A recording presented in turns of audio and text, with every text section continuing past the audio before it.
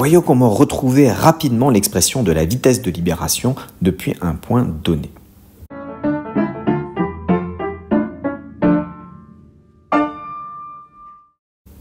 La vitesse de libération, par définition, c'est la vitesse nécessaire en un point donné pour atteindre l'infini avec une vitesse nulle.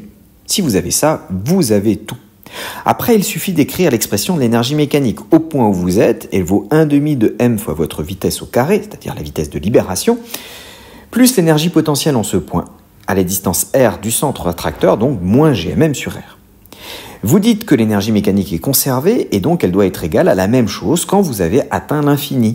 Comme on suppose que la vitesse est nulle, l'énergie cinétique vaut donc 0 et l'énergie potentielle en l'infini, moins gmm sur r avec r qui tend vers l'infini, ça vous donne 0 aussi. Donc l'énergie mécanique globale est nulle.